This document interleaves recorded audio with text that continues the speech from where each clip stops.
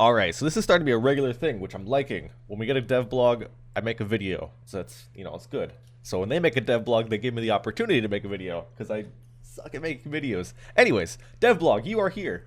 So this is in relation to a possible world map. Mod Genesis, I don't really recognize that name. I'm going to guess she's like an RS3 mod. Or he. Genesis just sounds like a girl name, I don't know. Sorry if it's a guy. But it says, you are here, could you direct me to a public house? I don't really know what that is, but finding the nearest pub in old school should be a simple matter, but unless you've been playing the game long enough to have memorized the layout of Gillinor, or you're willing to appear at a very large image on our website, it's a tricky question to answer. So basically, they're going to be adding a world map. Now, this is just a lot of text for the first, 3/4 of this dev blog. All it is them just explaining, we're going to be getting a world map. It's a lot of effort, but we can definitely make it happen. Requires engine work, things like that, so... help from Mod Maz and Mod Genesis. They're going to get all the world map working properly, hopefully, eventually. And there might even be certain ways to label things. I think this is just their way of making the world map. I don't think we're going to be able to do this, but possibly we're going to have markers on the map. I don't think it's going to be a thing, but this is a lot of text. I'm going to link the dev blog in the description. You guys can go right to it and read it if you would like. And yeah, they're basically just going to be adding a world map if it passes the poll. And thanks to Mod Genesis' work on the world map, we'll be able to include it in the poll starting early next week. So basically, that's what it is. So this is a big thing. Obviously, it's taken them a long time, but there's other questions on this dev blog that we have to go through that are not related to the world map. So the first question, obviously, is the world map. It will take substantially less time than the original world map, because they've got through all their issues that they had before. The next question, should skill capes provide their perks when mounted in a player-owned house? Only the owner of the house would be able to utilize the perks of a mounted cape. Perks will only be available for the following skill capes when mounted: construction, crafting, fishing, fletching, hunter, magic, strength, herblore, quest, diary, music, and max cape. So, if you mount a max cape, you get all of these, I guess. I don't know. I don't really know how you'd use it, though. I guess you'd have to... I guess for the teleports, you'd probably have to be in your house already, I think. I don't really understand that. But I guess you can go to the crafting guild from your house. I guess you can go to the fishing guild from your house. I guess you can grab a pestle and mortar or a whatever the fletching gives, I can't remember. You can change your spell book in your house if you don't have the thing.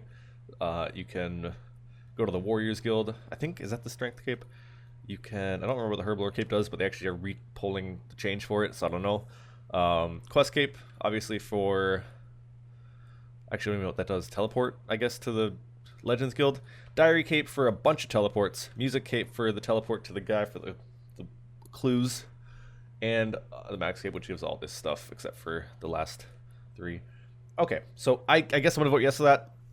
Seems like it's not OP because you have to go to your house to actually use it, apart from Herblore. That's the only one I think you don't have to do that. Yeah.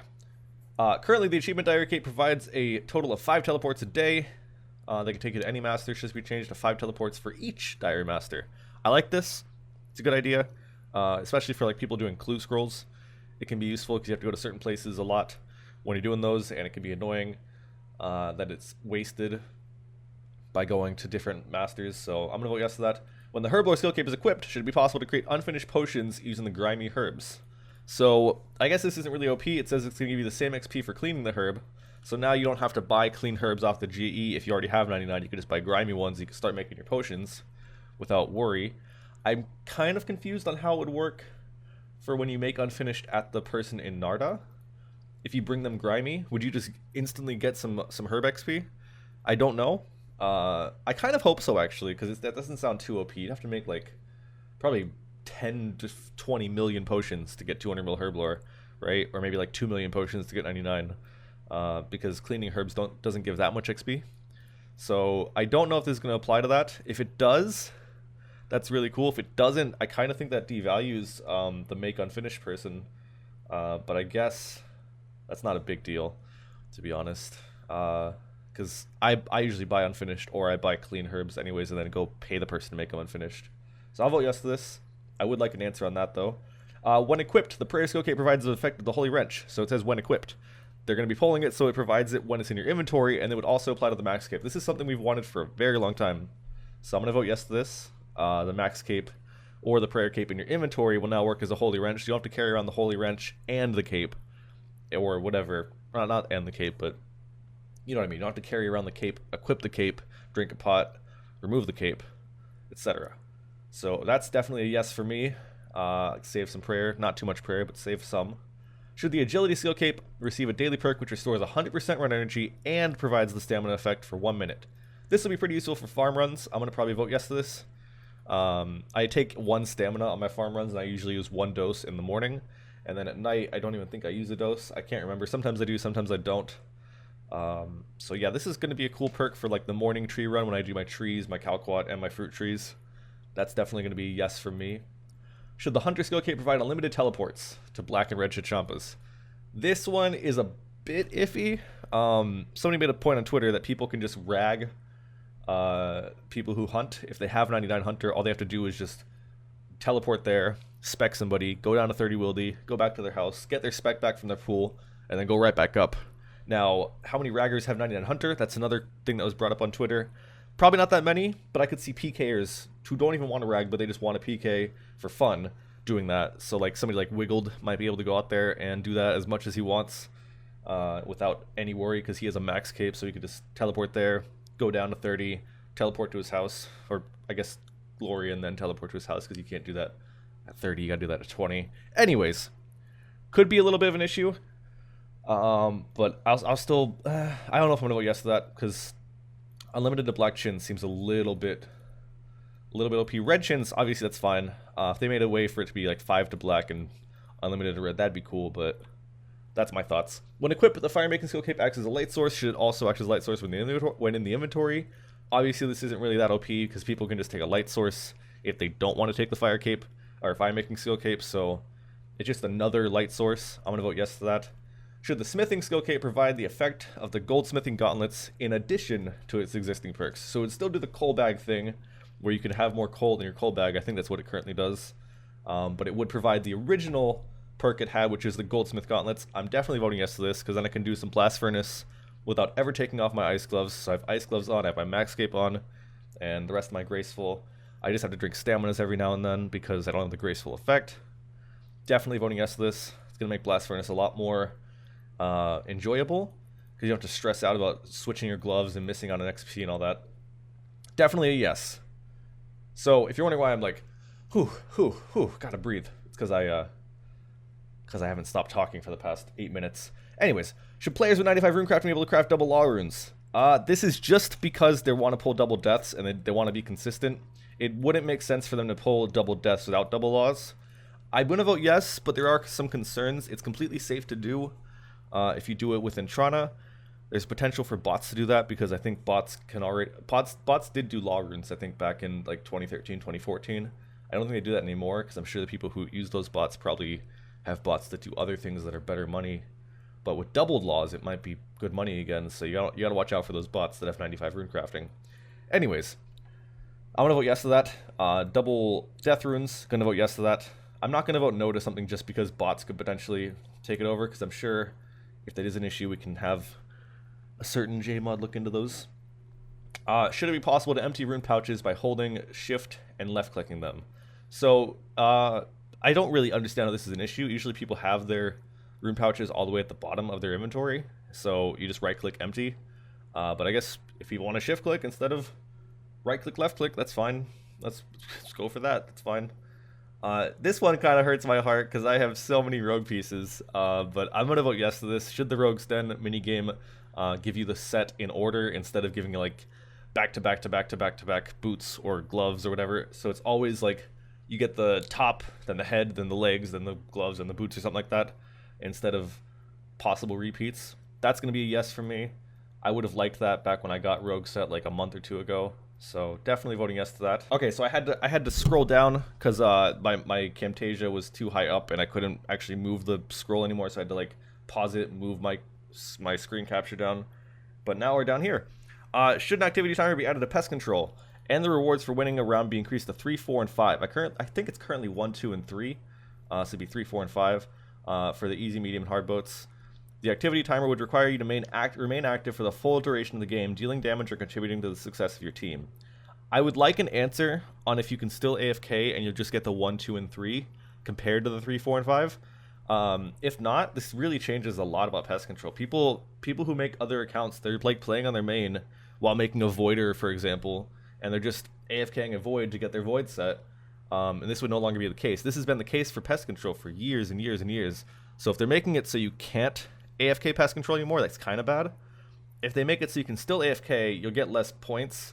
But if you put some effort in, you'll get more points. I like that. I like the idea of that.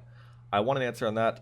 I don't think I'm going to vote yes unless we know that you can still AFK, because not AFKing, it just sounds weird with pest control, you know? Usually you play a second account while you get your pest control set or your void set. I'd be annoying to have to actually focus on pest control, because nobody's had to do that for years, you know? Should the amount of Castle Wars tickets which are rewarded after completing a game be changed from 5 to 5, 15, and 25 for a loss, draw, and win? So 5 for a loss, 15 for a draw, and 25 for a win. This sounds really not balanced. Now, you might complain, oh, Zulu, you boosted your Castle Wars set back in, I don't know, probably a year and a half ago. Why are you voting no to this? You booster, you just want people to not get their gold set. Well, no, that's not the case. 5 tickets for a loss. Currently, it's 3 for a win, and you get 5 for a loss now. That's ridiculous. 15 for a draw. Currently, you get 2. 25 for a win. Currently, you get 3. Oh wait, you get okay, sorry. I got that right, but I just said it weird. Anyways, 25 for a win. You can currently boost Castle Wars for about 3 games an hour by hopping worlds, setting up a game on a second account or with other people. They'll get the game started as soon as your game ends. You hop to that world, start the game. So currently, I think the best tickets an hour is about 10. And back when I was boosting, the best tickets an hour was about 60. But that was really, you had to get 12 worlds going, and you usually missed it. So you usually were getting about 50 tickets an hour. And usually we were actually doing 8 worlds instead of 12. So it's around 40 tickets an hour. Now, with this, it'd be 75 tickets an hour. I'd much prefer if it was 5, 10, and 15. I think that'd be more balanced. I do agree Castle Wars does need some kind of incentive to do it more. But I just think 25 for a win is a little bit ridiculous. I think 5, 10, and 15 would be pretty balanced. It would still be about 45 if you were to win every game and you were doing world hopping to get the games going. That's still a lot better than it currently is. And it wouldn't be 75 tickets an hour, you know? So I'm for this. I'm for a change to Castle Wars, but I just think it's a little bit too high right now. And yeah, so even though I boosted my set back in the day, I do agree it should be made faster, but just not 25 for a win faster. Players who completed the Elite Wilderness Achievement Diary receive noted dragon bone drops when killing dragons in the wilderness. So we already know about this. You kill a dragon, if you have the diary done, you get noted bones. If you don't have the diary, you get regular bones. Should they also receive noted bones when killing players who have dragon bones in their inventory? So this is actually a really cool update. If you have the diary done, it makes more an incentive to do the diary, which makes people want to go to the wilderness more. And if you PK, this is a good update for you. You know, you go PK at Easts, you kill some dragon bot who's got like 10 bones in their inventory, you get 10 noted bones instead of having to like waste your looting bag with it. So that's really cool. I like that. It's going to make PKing more active at Easts and probably lava dragons maybe. So that's a cool update. I like it. I'm okay with it. I'm going to vote yes to that. Definitely cool. Should the blue dragon area found within Taverley Dungeon be expanded with the blue dragons, which can only be killed on a Slayer assignment? 12 additional blue dragon spawns will be added. So they actually already increased the blue dragons there before. If you guys remember, it used to just be Taverley Dungeon would go, when you go through that door where the demons are, it's just some blue dragons, then you go south, there's baby blues, then you go around, there's black dragons, or black demons, sorry. They added a south area with blue dragons already, and it seems like that's not even enough. They want to add more blue dragons. I don't really kill blue dragons, so it doesn't bother me. If people need a place to kill them, and it's too crowded, sure, why not? I'll vote yes to that.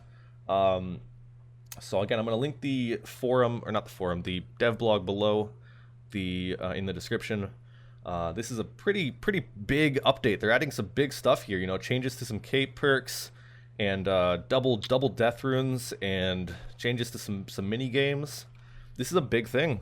I wonder if they're going to revive Trouble Brewing at some point. I don't know, but if you guys enjoyed the video, make sure you drop a like, or whatever you do. I don't know how YouTube works. Anyways, thanks for watching. See you guys in the next video.